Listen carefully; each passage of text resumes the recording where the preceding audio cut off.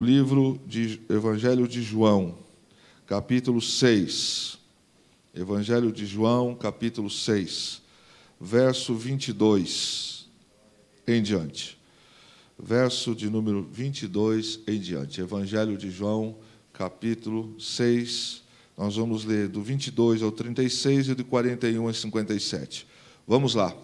No dia seguinte, a multidão que tinha ficado no outro lado do mar percebeu que apenas um barco estivera ali e que Jesus não havia entrado nele com os seus discípulos, mas que eles tinham partido sozinhos. Então, alguns barcos de Tiberíades aproximaram-se do lugar onde o povo tinha comido o pão após o Senhor ter dado graças.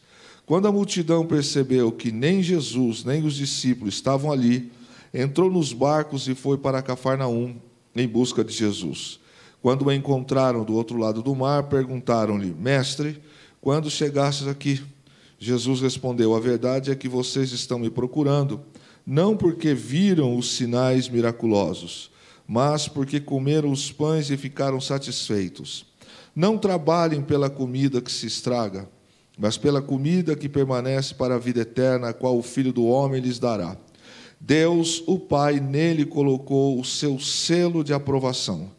Então lhe perguntaram: o que precisamos fazer para realizar as obras que Deus requer? Jesus respondeu: a obra de Deus é esta, crer naquele que enviou. Então lhe perguntaram: que sinal miraculoso mostrarás para que o vejamos e creiamos em ti? Que farás? Os nossos antepassados comeram maná no deserto, como está escrito.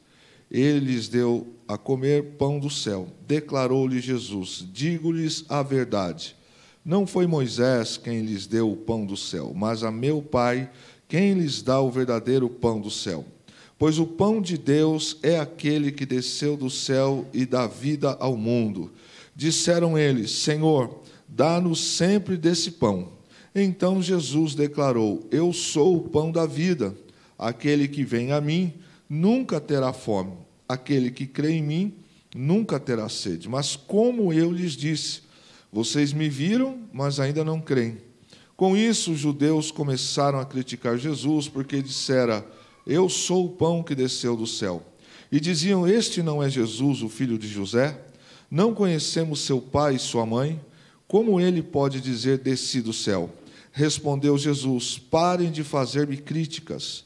Ninguém pode vir a mim se o Pai que lhe enviou não o atrair. E eu o ressuscitarei no último dia. Está escrito nos profetas: todos serão ensinados por Deus. Todos os que ouvem o Pai e dele aprendem, vêm a mim. Ninguém viu o Pai a não ser aquele que vem de Deus, somente ele viu ao Pai. Asseguro-lhes que aquele que crê tem a vida eterna. 48. Eu sou o pão da vida. Os seus antepassados comeram maná no deserto, mas morreram. 50. Todavia, aqui está o pão que desce do céu, para que não morra quem dele comer.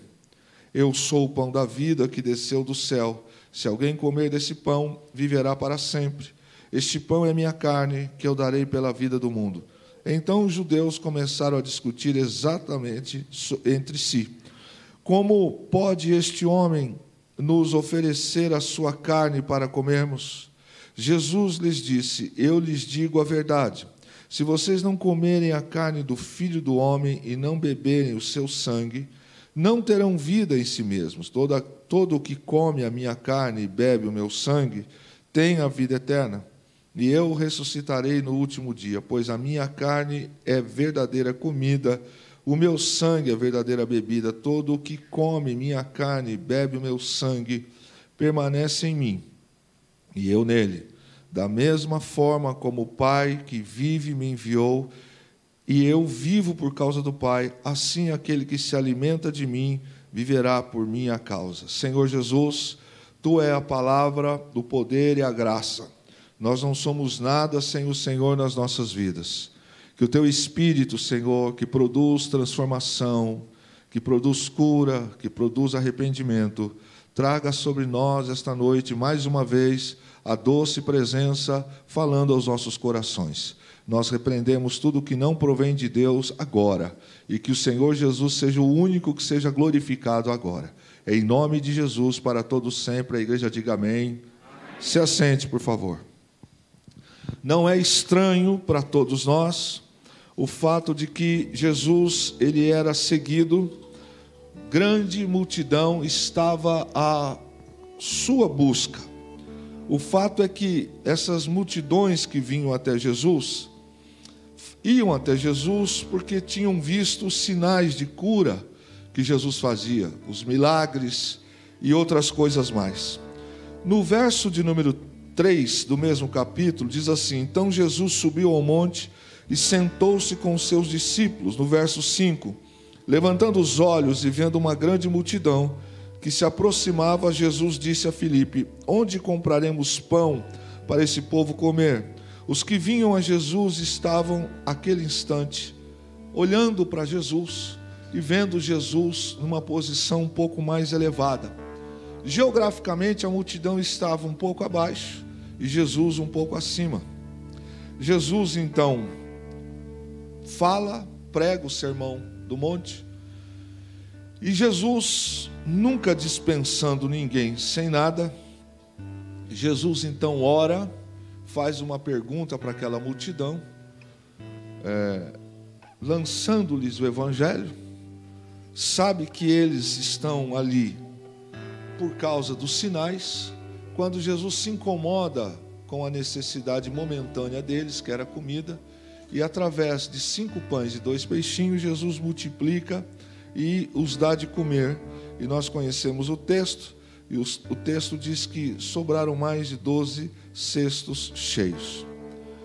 Jesus acaba de fazer isso, Jesus acaba de proferir este momento, e acontece que a multidão que olha para Jesus, porque vê Jesus multiplicando comida, matando a fome física, eles têm a intenção de fazer Jesus forçadamente rei. E ainda não era o tempo de Jesus ser morto, porque o ministério de Jesus, o terreno, todos nós sabemos que era morrer pela humanidade e ressuscitar no 3º dia.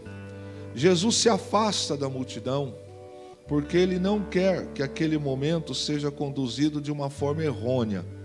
Ele não quer ser colocado como rei porque ele dá de comer. Ele não quer fazer algo extraordinário naquele instante, ou seja, se colocar como rei, porque as pessoas estão olhando para um Cristo que pode satisfazer os seus momentos físicos, que pode lhes dar coisas físicas. E o evangelho de Jesus não tem nada a ver com coisas físicas. Jesus veio para salvar a alma.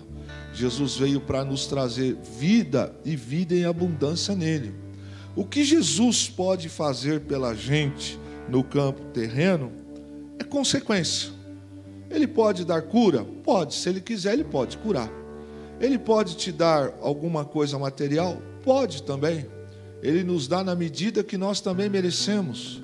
Ele nos dá também na medida que nós buscamos. E não necessariamente tudo que eu pedir para Deus, de bens, de coisas, Ele dará.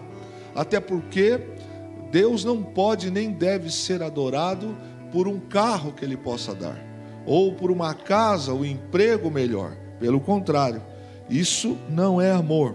Aí no verso 15 do capítulo 6 diz: sabendo Jesus que pretendiam proclamá-lo rei à força, retirou-se novamente para o monte.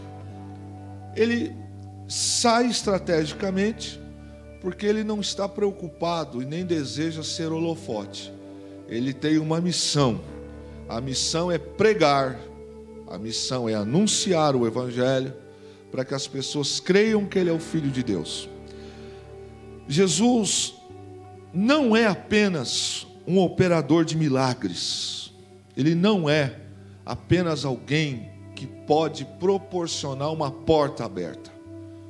As pessoas estão olhando para Jesus lá atrás e ainda hoje com uma única condição: o que Jesus pode me dar? Ora, querido, o máximo ele já fez. Se entregou numa cruz pelos nossos pecados. Mas ainda hoje, algumas pessoas se aproximam de Jesus não por amá-lo, não por aquilo que Jesus é, o que é um perigo muito grande, porque nós podemos nos decepcionar com esse Jesus que alguns rotulam de operador de milagres. Ele pode fazer? Pode. Ele ressuscitou mortos? Ressuscitou. Ele curou? Curou. Ele fez coisas que a gente não sabe. Diz a Bíblia Sagrada que existem coisas que Jesus fez que não foram escritas, porque se tudo fosse escrito, o que Jesus fez, não teria livro no mundo. Mas as pessoas daquela multidão que foram até Jesus ficaram sabendo que Jesus curava paralítico, que Jesus curava pessoas cegas, mudas, que Jesus curava de lepra. Eles olhavam para Jesus como um operador de milagres. E ele era também um operador de milagres. Mas a essência de Jesus nunca foi e nunca será produzir milagre.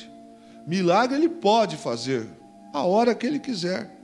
Mas aquela multidão estava olhando para Jesus com um olhar físico. Ora, se ele curou fulano, curou Beltrano, curou Ciclano, pode curar a mim também. Naquela tarde, Jesus discursa para eles, e ao discursar, Jesus alimenta-os, e os alimenta com fartura. Depois de eles comerem tanto que eles queriam, e a ciência é que foi só 5 pães e 2 peixinhos para isso, a multidão ficou extasiada, ficou alucinada. Ora, esse que fez isso pode fazer mais.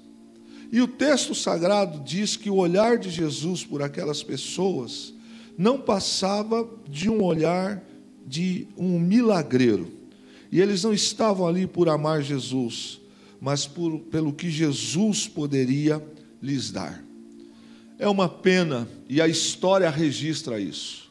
Porque algumas pessoas, quando Jesus disse para elas: não vou fazer o que vocês querem, porque isso não é amor, isso não é me seguir, essa turma se afastou.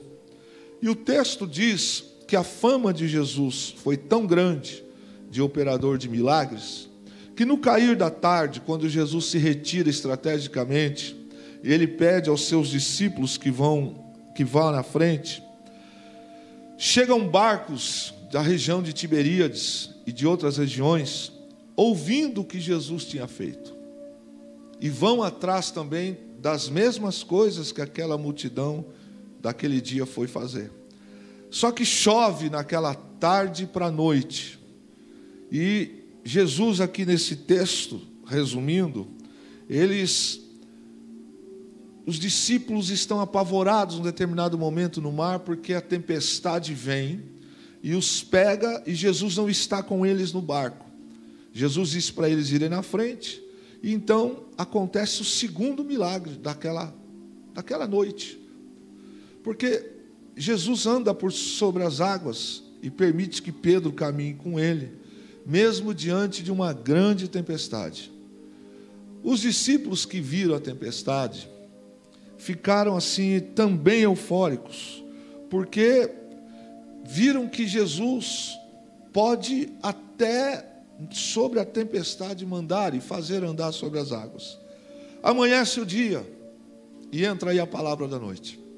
E quando amanhece o dia, Jesus, que estava do outro lado, é surpreendido por uma multidão.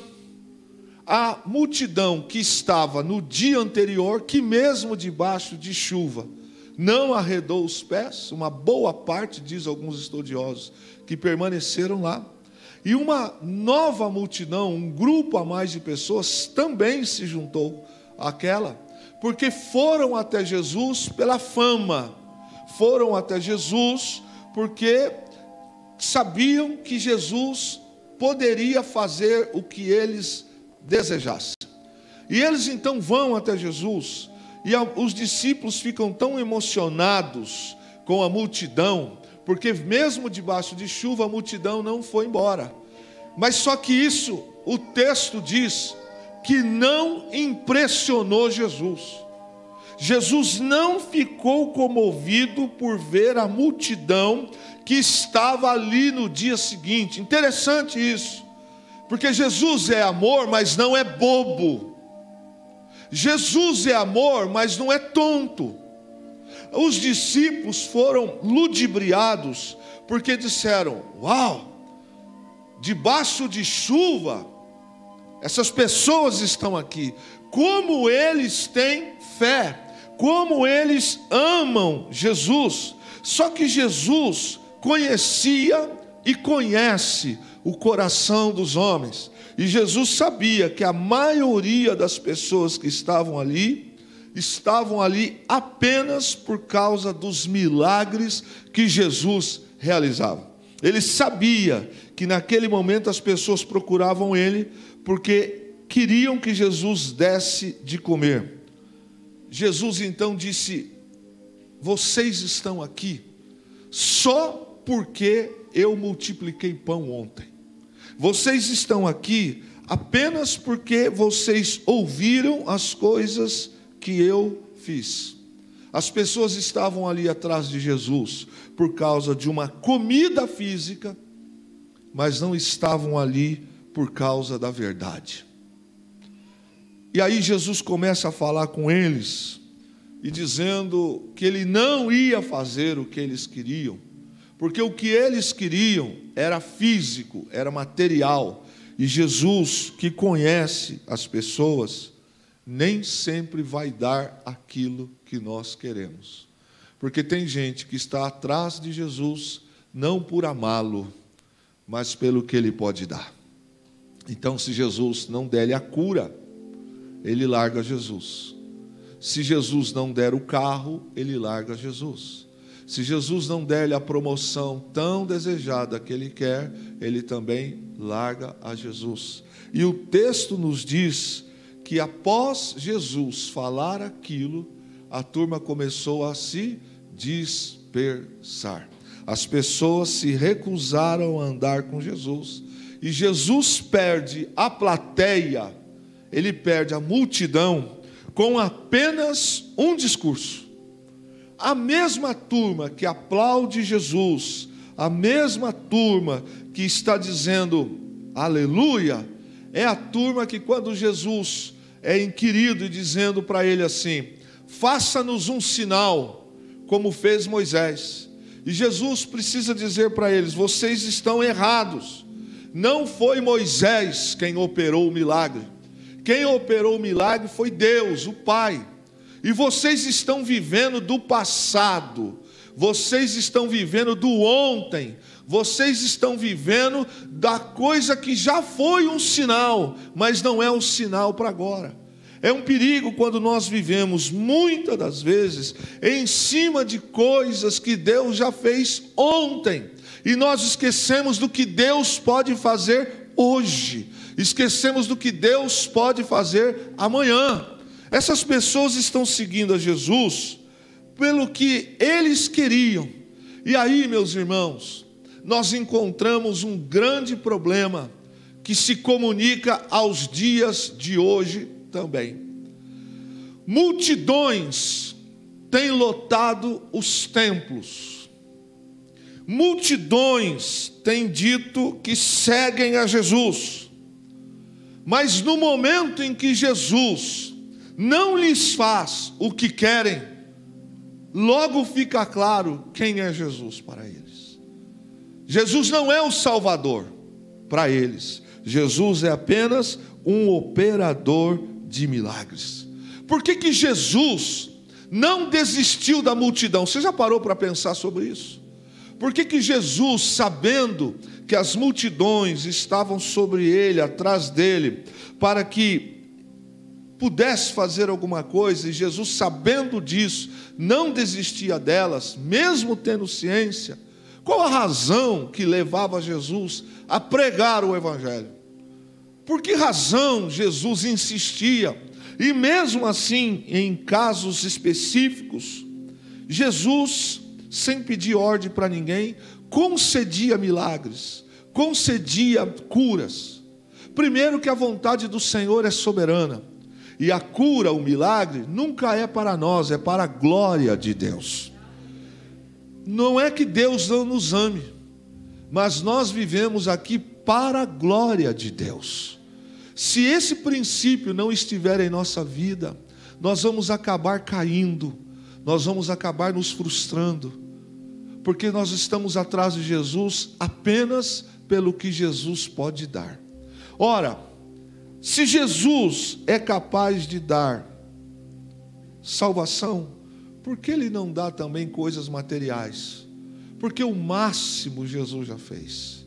E tem coisas, querido, que não é amor, é negócio. E se tem uma coisa que o diabo sabe fazer muito bem, é negociar. Negociar. E muita gente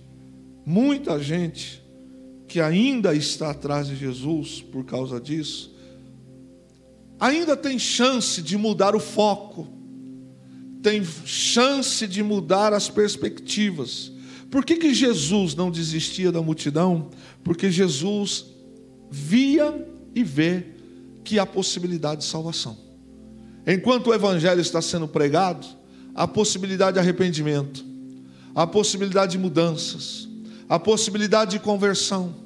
Mas chegará o tempo que esta palavra, ela vai cumprir o seu êxito final. E daí, querido, quem aceitou, aceitou. Quem o recebeu, recebeu. E ainda hoje, Jesus continua dando oportunidade para quem quiser seguir-lhe, de segui-lo. Mas Ele não fará tudo o que o Kleber quer. Ele não vai dar tudo o que eu peço. Porque Ele não é um operador de milagres. Para muita gente que se desilude com Jesus, é porque eles olham para Jesus apenas como operador de milagres. Então eu escuto frases assim: eu estou há 2 anos na igreja, 3 anos, e eu estou orando há tanto tempo por isso, e não me aconteceu, então Deus não me ama. Não, Deus te ama, Deus nos ama, mas Ele não é um operador de milagre freelance para nós. Ele não deve ser seguido apenas porque Ele pode nos dar um carro, uma casa, um emprego novo ou outras coisas. O problema é que nós nos perdemos, algumas pessoas se perdem e acham que o tempo ele nunca vai ser cobrado, mas será, irmãos, será cobrado. Esta nossa vida de vivermos, não digo nós, mas para que entendamos, em troca de, pode nos levar à perdição. Por que pode nos levar à perdição? Porque Deus não pode ser manipulado, Deus não pode ser enrolado, jamais Ele será. Mas Deus é misericordioso. Entra culto, sai culto, prega-se em todos os meios, de todas as formas. E Ele disse aqui que Ele é o pão da vida, ou seja, quem não come não bebe dele, quem não tem comunhão com Ele, quem apenas tem interesse de fazer negócios com Jesus, se frustra, se decepciona, porque Jesus nunca vai ser possível de alguém dizer: ou o Senhor faz isso, ou eu saio da tua presença. Quem perde é o homem, Jesus nunca perde, Jesus sempre será vencedor. E o fato é que aquela multidão, quando Jesus começa a dizer para eles que não fará o que eles querem, e dizer-lhes a verdade: vocês estão aqui por causa disso, as pessoas começam a questionar a identidade e a idoneidade de Jesus. Eles começam a dizer: como é que Ele está dizendo que Ele é o pão da vida, se nós sabemos que Ele é filho de Maria e filho de José? Como é que Ele está dizendo que Ele é o pão do céu, se nós conhecemos a sua origem? Perceba como são as coisas. Tem a turma que dá glória a Deus quando recebe o sinal. Tem a turma que dá aleluia quando recebe a bênção material. Mas no momento em que Jesus não concede o que querem, Jesus passa a ser questionado.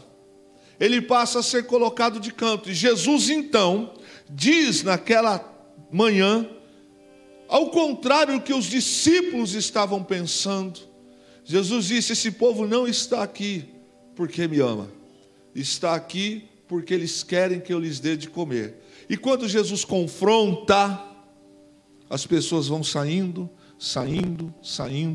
e a multidão que momentos antes estava com Jesus, agora abandona Jesus. Jesus está falando de valores na vida. Apesar da comida do corpo ser necessária, a comida do corpo não é a essencial. A comida que Jesus estava falando para eles era a comida espiritual, que esta é a essencial. O povo, Jesus sabia que não precisava de alimento, mas precisava de vida. Porque a comida física é muito inferior daquilo que Deus pode fazer, daquilo que Deus pode dar. E todos nós aqui somos sustentados pelo Senhor, somos fortalecidos fisicamente pelo Senhor. Mas um dia o nosso corpo físico, ele vai expirar finalmente, ele vai findar. Do que adiantou a comida humana? Bom, enquanto estávamos vivos, nos manteve em pé. Mas e quem estava atrás de Jesus apenas por aquilo que Jesus podia fazer? Infelizmente, essas pessoas se perderão. Pastor, mas essas pessoas estavam atrás de Jesus nos templos, mas estavam atrás de Jesus só por aquilo que Ele poderia lhes dar. E aí a gente olha para o texto e vê que a fé que se baseia em sinais e não na verdade da palavra de Deus, pode nos levar a se desviar. Gente que só segue Jesus pelos sinais, não conhece Jesus, a sua essência. Pessoas que conhecem Jesus de multiplicar pães, de abrir porta de trabalho, de fazer sinais, de fazer uma cura, são pessoas que seguem Jesus, a fé delas é a fé de sinais. E tem muita gente que está vendendo a alma para o diabo e nem sabe que está vendendo. Tem muita gente assinando contrato com o diabo e não se deu conta com quem ele está negociando. Porque no momento em que Jesus bate na canela, no momento em que Jesus fala, não vou fazer, no momento em que eu oro e peço algo para Deus e Deus não me dá, o diabo se apresenta e diz, eu te dou. E aí algumas pessoas saem da igreja. É uma expressão nossa, sair da igreja, mas na verdade é sair da presença de Jesus. Porque eles estavam atrás de um Jesus que poderia lhes fazer sinais. E como o diabo é um perfeito ilusionista, ele é o pai da mentira, ele não é dono de nada. Quando eu faço uma ficha de inscrição numa empresa, e eu estou esperando aquela vaga, eu estou esperando passar naquele concurso, e eu não passo, surge uma oportunidade, e eu então acho que aquilo é o certo. Mesmo eu orando e Deus não me concedendo, vem alguém e me oferece algo. É uma vantagem daqui, é uma proposta dali. Alguém que está na igreja porque simplesmente quer casar. Alguém que está na igreja porque simplesmente ele deseja receber algo material. E Deus não lhe dá. Apresenta-se então o inimigo. E aí tem muita gente que troca a salvação pela terra.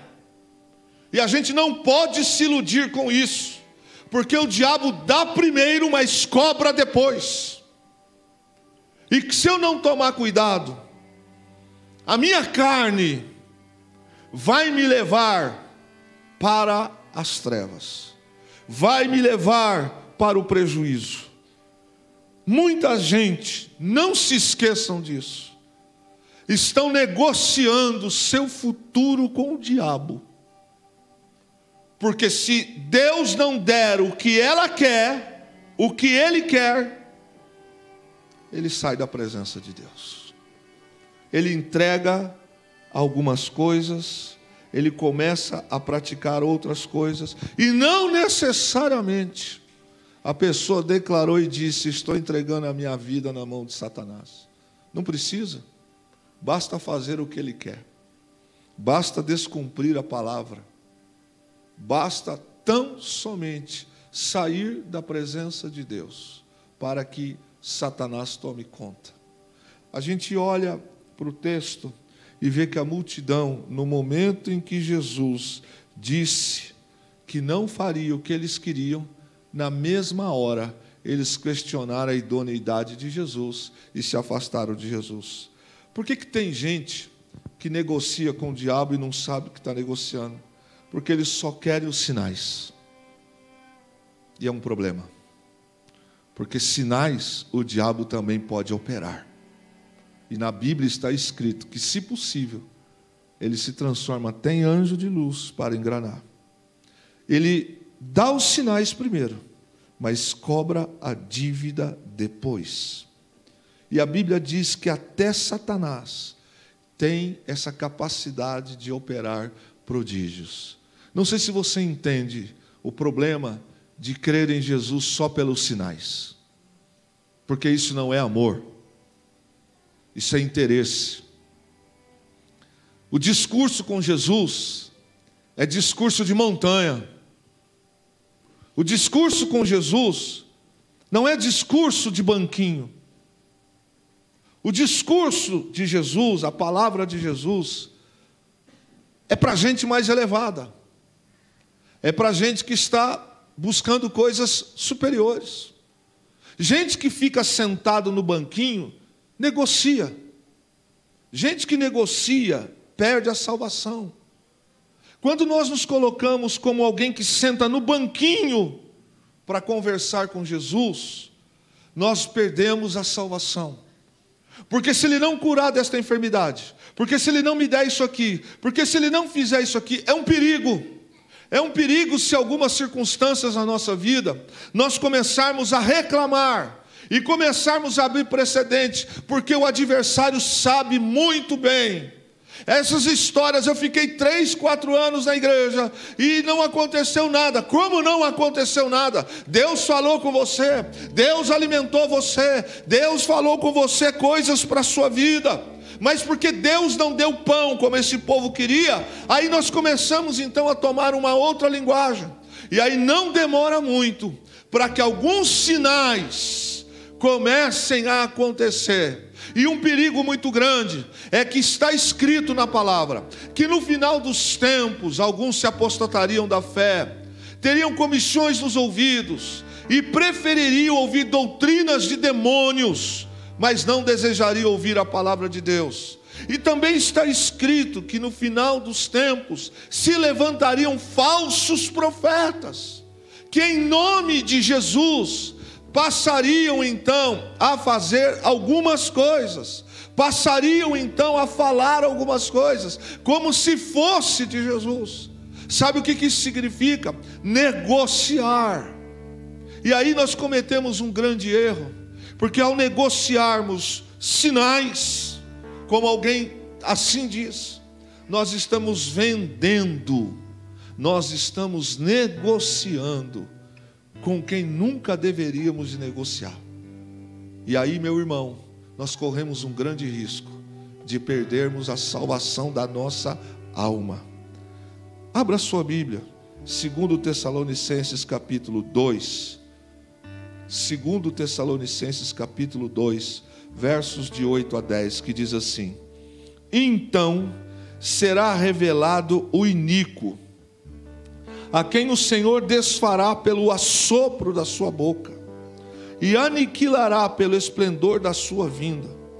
A esse cuja vinda é segundo a eficácia de Satanás, com todo o poder e sinais e prodígios de mentira, e com todo o engano da injustiça, para os que perecem, porque não receberam o amor da verdade para se salvarem. Perceba que a Bíblia já diz que haveria um tempo, que haveriam pessoas, e que sobre essa questão de tempo vai ser revelado o iníquo, ou seja, o adversário. Vai ser revelado aqui também o anticristo, que no relato aqui de Tessalonicenses se personifica ele. E segundo a Bíblia, diz que este operou sinais, operou milagres, e arrastou muita gente atrás dele. Porque diz aqui o apóstolo Paulo, que as pessoas seguiram os sinais, mas não seguiram o verdadeiro amor. Ora, meu irmão, o apóstolo Pedro, ele morre crucificado. E ao ser crucificado, ainda vivo, ele diz: não me crucifiquem do jeito que meu mestre foi crucificado. Me crucifiquem de cabeça para baixo, que ele diz: não sou digno de ser crucificado como o meu Jesus. Só que a história também relata, não na Bíblia, mas a tradição, que Pedro, antes de morrer crucificado, assistiu a sua esposa ser assassinada por causa do Evangelho. E Pedro não negou a Cristo. Diz a tradição que momentos antes, na despedida de Pedro com a esposa, ele que teve que assistir a isso, ela disse assim: nos encontramos daqui a pouco com Jesus. E foi assim que este casal se despediu um do outro fisicamente. A Bíblia também diz que Paulo, que pelas suas mãos muitos sinais e prodígios aconteceram, a morte de Paulo não foi uma morte de velhice, mas foi uma morte, segundo a história, por decapitação. Não está isso na Bíblia, a gente sabe que foi isso dos relatos que assim aconteceram. Aí eu te pergunto, como pode alguém que fez tanta coisa, tantos sinais, morrer dessa maneira? Porque o amor por Jesus nunca pode ser centrado em sinais. Você está entendendo isso? Que há uma geração que quer sinais. Esta é a geração que quer sinal.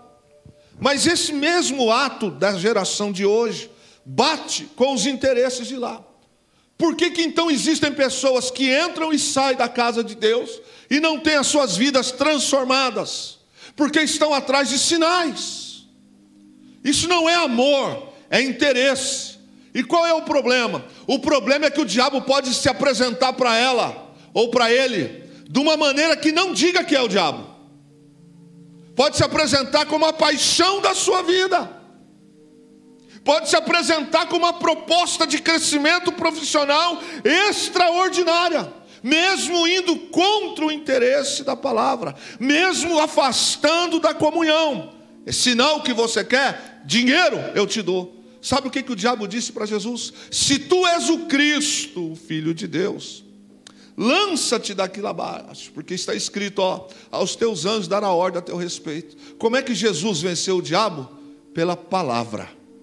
Então o diabo, sabendo da necessidade física de Jesus, disse assim: ei, se tu és o Cristo, dá ordem para que essas pedras se transformem em pães. E Jesus vence o diabo novamente, dizendo assim: está escrito também, não, nem só de pão viverá o homem. Quando o diabo pede para Jesus se lançar de cima, lá, o Senhor fala assim: está escrito, não tentarás ao Senhor teu Deus. Jesus vence o diabo pela palavra. Se o diabo investiu na vida de Jesus, você acha que não vai investir na minha? Você acha que ele não vai investir na nossa? Você percebe que há um grande perigo quando nós discursamos com Jesus como alguém que está sentado no banquinho?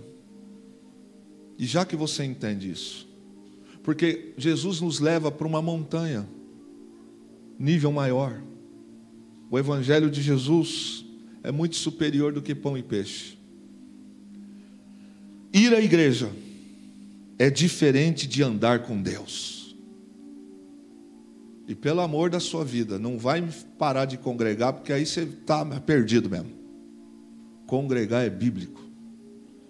Mas eu vou repetir para você: ir à igreja é diferente de andar com Deus. Porque muita gente frequenta, está, mas não anda com Deus. E é um perigo. A mente daquelas pessoas, eles estavam voltados para o maná. E Jesus está dizendo para eles: vocês precisam parar de olhar para os sinais. Porque quem olha para sinal, olha para Moisés apenas. Ele está dizendo: eu sou superior a Moisés. Aquele pão que Moisés deu, o maná, matava a fome física. Eu estou aqui para matar a sua fome espiritual. Você que me escuta aqui essa noite, a minha alma que está recebendo também essa palavra essa noite, precisamos todos nós entender uma coisa: o que mata a nossa fome espiritual não é o dinheiro, não é o sexo, não é a casa, não é o dólar, não é o resort, não é o avião. Isso é sinal, coisa terrena. A gente precisa tomar cuidado, porque se ficarmos olhando para os sinais, de repente nós não vamos mais congregar, não vamos mais servir ao Senhor, porque nós estamos negociando. Jesus não é negociante, Jesus é Salvador, Jesus é o Messias, Jesus é o Deus, o Cristo, o Filho de Deus. O que Ele está oferecendo é muito melhor do que uma sandália. O que Jesus está oferecendo é muito melhor do que uma motocicleta. O que Jesus está oferecendo é muito melhor do que o notebook. Me ajuda com as crianças, Silvia. O que Jesus está oferecendo é muito melhor do que pão e peixe. De repente, o pão e peixe que você está olhando, ou que eu estou olhando, pode ser esta porta que vai nos levar para a perdição. Repito, muita gente está negociando a sua alma com o diabo e não sabe que está negociando. Porque se Jesus nos permitir adquirirmos uma doença que seja para a morte e não nos curar, eu já tenho uma promessa que eu vou receber um corpo incorruptível. Eu já tenho uma promessa de ceiar na eternidade com Ele. Eu já tenho uma promessa que o problema que eu tenho na minha vista não vai existir mais. Eu já tenho uma promessa que a minha alma não vai para o lago de fogo e enxofre. Eu vou para a eternidade com o Senhor. Eu tenho uma promessa que a morte física, ela pode tocar, mas a espiritual eu não vou experimentar. Porque Ele me garantiu, Ele disse: eu vou para o meu Pai e vou vos preparar lugar, e aonde eu estiver, vós estarão também. Isso é muito melhor do que pão e peixe. Quem entende isso, querido? Nós vamos morrer, sim. Nós vamos passar por lutas, vamos. Nós vamos passar por problemas nessa vida, vamos. Nós vamos continuar orando, vamos continuar orando. Nós vamos continuar buscando, vamos continuar buscando. Mas se Ele der, Ele é Deus. Se Ele não der, Ele continua sendo Deus. Porque eu não negocio a minha eternidade. O olhar de quem está no banquinho é apenas de quem enxerga o sustento terreno, mas não vê aquele que dá a vida. Se consegue enxergar o raso, quem quer pão e peixe tem problema de visão. Ele enxerga o raso, mas não enxerga o profundo, não enxerga o maior, enxerga o menor. Há uma parábola chamada A Conversa do Banquinho e da Montanha. Nesse sermão da montanha, se dá assim: Jesus sobe, senta-se e olha da montanha e vê a multidão chegando. Então Jesus está sentado um pouco acima, e a multidão senta-se um pouco abaixo. E pela lei da física, Jesus então fala e a multidão escuta. Mas os discípulos não estão sentados embaixo. Eu desejo que você também não esteja sentado embaixo. Os discípulos estão sentados aonde? Ao lado de Jesus. Após Jesus falar, Jesus alimenta, e nada muda aquelas pessoas. Não foram todos que se salvaram. Quem é que está sentado no banquinho? Quem está sentado no banquinho é quem tem uma visão terrena. É quem se satisfaz com as coisas desse mundo, com as coisas que o diabo pode dar. O diabo pode dar salvação? Não, não pode. O único que pode dar salvação é Jesus.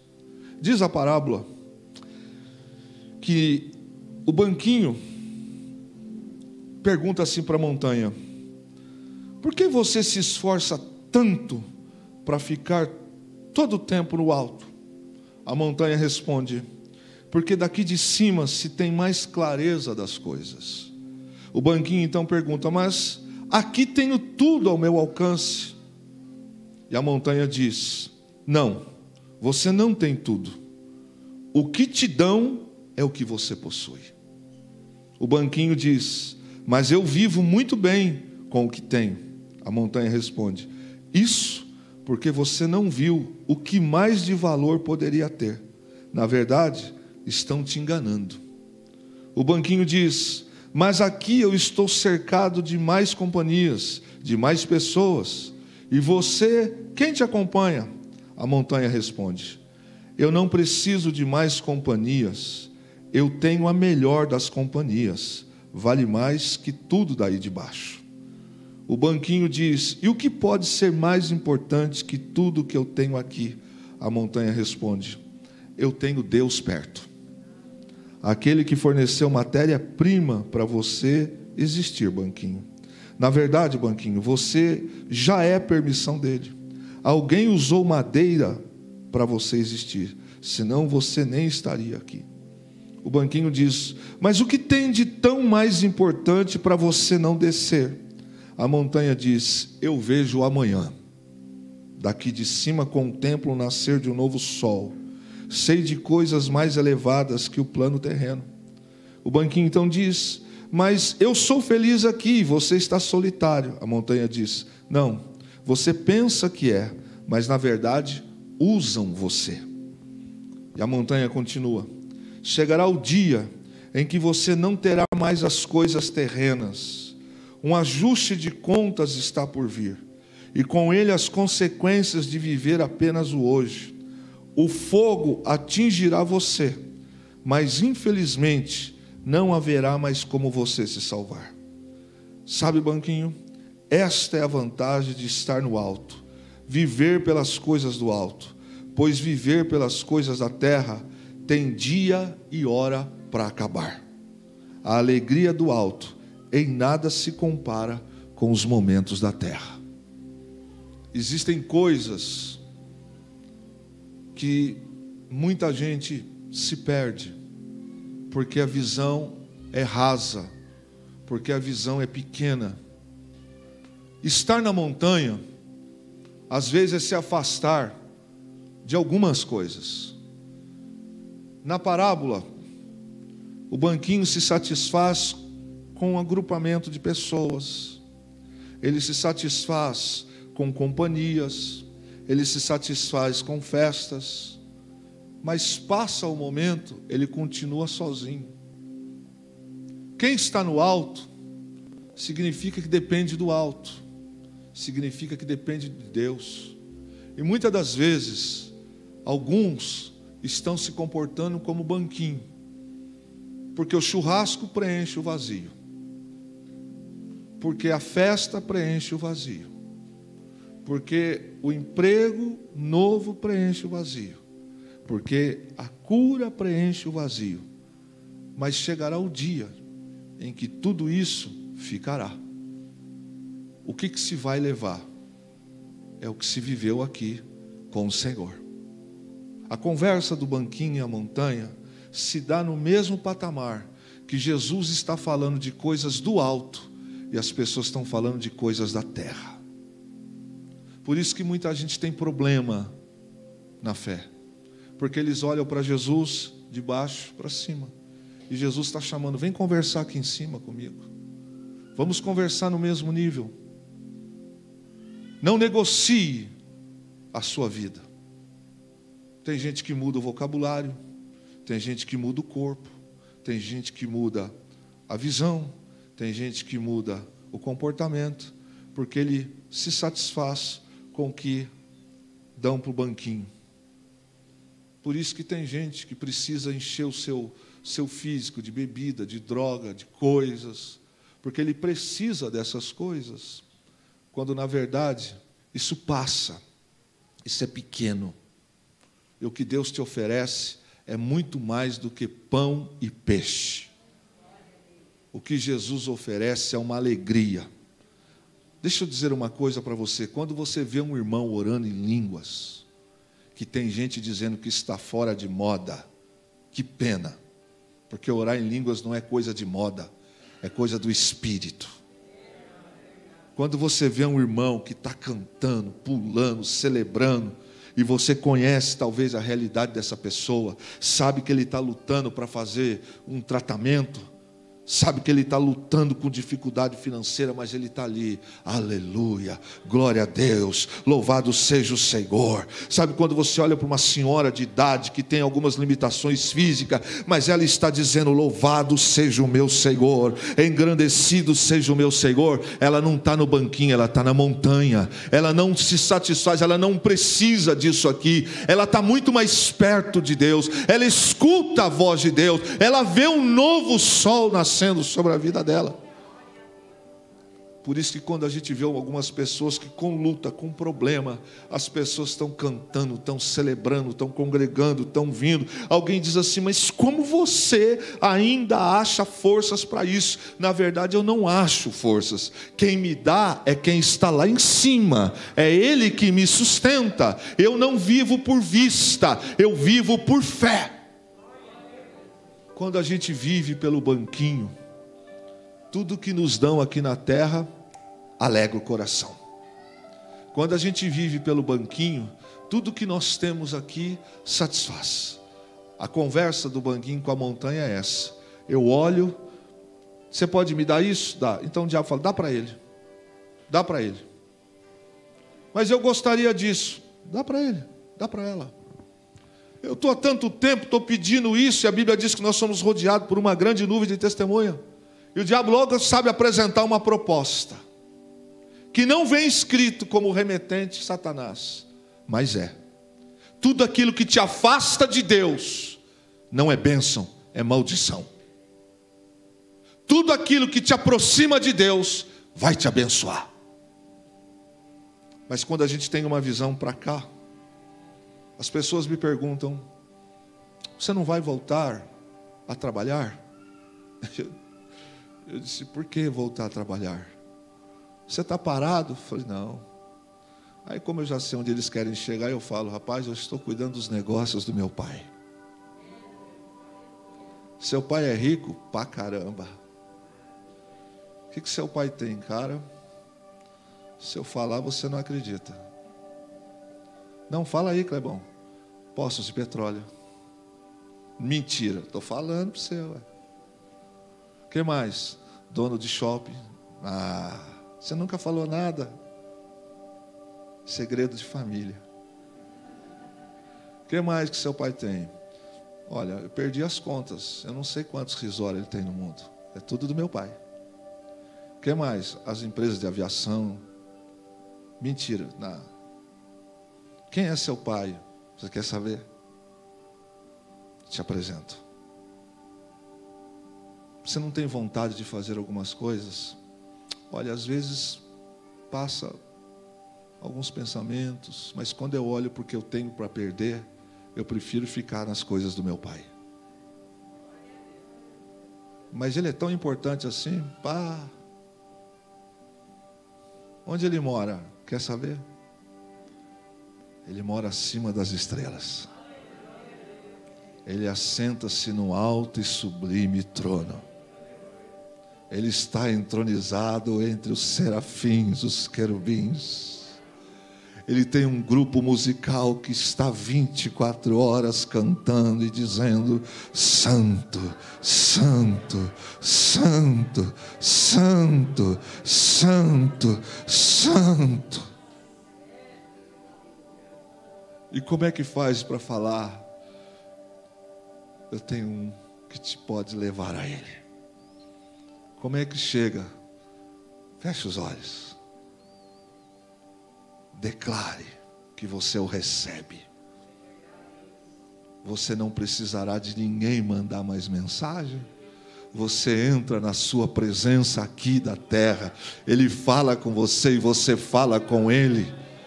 E Ele manda anjos para guardar você. Porque eu não negocio. Porque o que me dão agora é menor do que eu tenho para receber. Porque eu não estou à venda por um banquinho. Quem se coloca como banquinho, vai viver como banquinho. Mas quem se coloca como quem habita na montanha, receberá do dono da montanha a sua salvação. Louvor, fiquemos em pé. Diga para o teu irmão: eu não sou banquinho. De novo, eu não sou banquinho.